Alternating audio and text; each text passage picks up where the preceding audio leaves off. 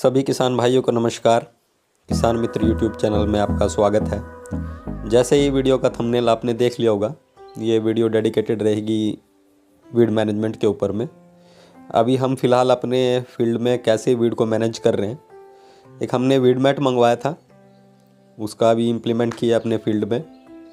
एक एरिया ऐसा था हमारे यहाँ पे खरपतवार बहुत ज़्यादा प्रोड्यूस होता था, यानी बहुत ज़्यादा पैदा होता था।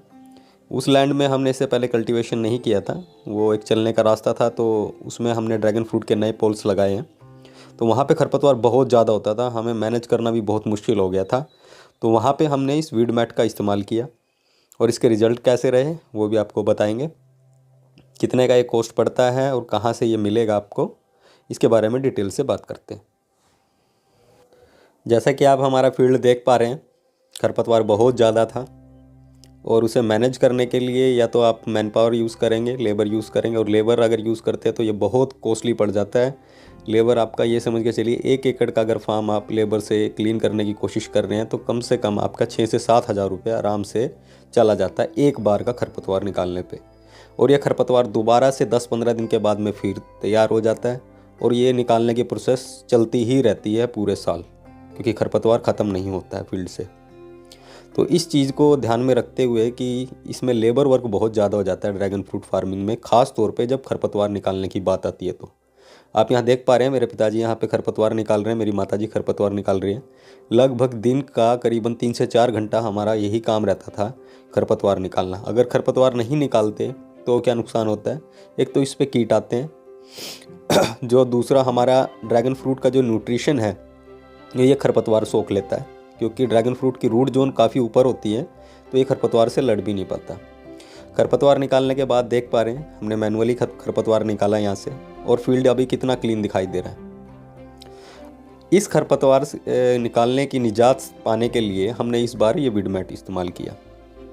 और कैसे इस्तेमाल कर सकते हैं, क्या इसकी क्वांटिटी रहती है, यानी कितना GSM का ये वीड मैट रहता है, और कहाँ से हमने मंगवाया, इसके बारे में आपको डिटेल से समझाने की पूरी कोशिश करते हैं। ये प्रोडक्ट जो हमने मंगवाया है ये ऑनलाइन मंगवाया है अमेजोन से। ये जो कंपनी है सिद्धि विनायक इंटरप्राइजेज़ है। ये काफ़ी पुरानी कंपनी है जो इसके वीड मैट बनाती है। इसके रिव्यूज़ भी अच्छे थे, तो हमने इसे ऑनलाइन अमेजोन से मंगवा लिया।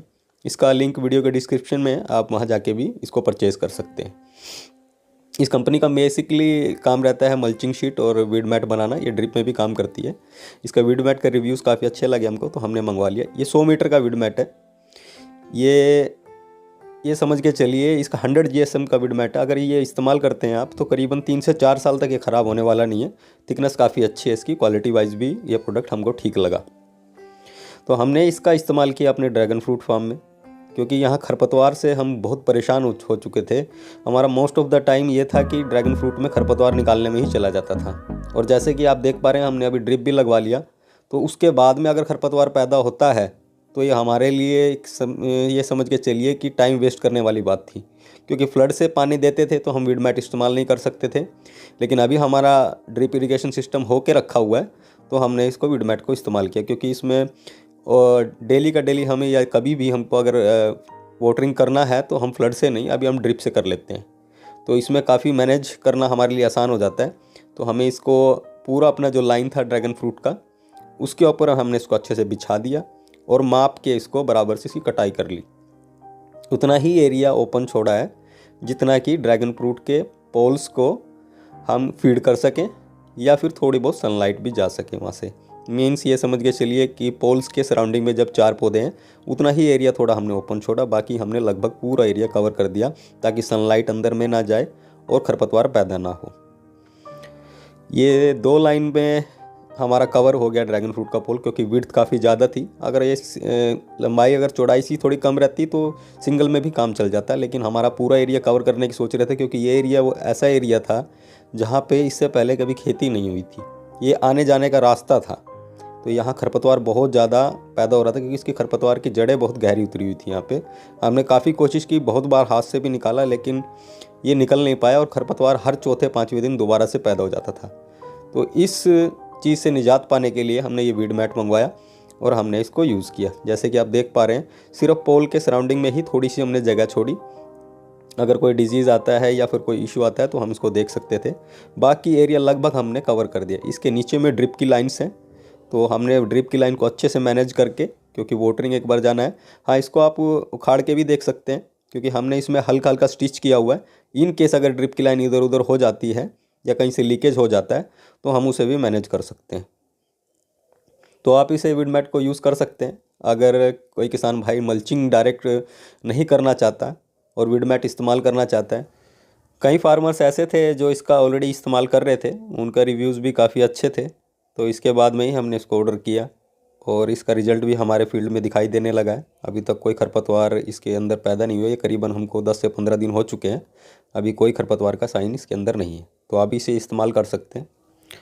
अगली वीडियो में हम बात करेंगे ड्रिप इरिगेशन सिस्टम आप अगर लगवाते हैं ड्रैगन फ्रूट फार्मिंग के लिए स्पेशली, तो उसे किस तरीके से लगवाया जाता है। क्योंकि नॉर्मली जो ड्रिप इरिगेशन सिस्टम आप लगवाते हैं वो बागवानी की फसल के लिए होता है और उसमें कई सिस्टम इम्प्लीमेंट किए हैं, कोई रिंग से करता है, कोई डायरेक्ट लाइन से।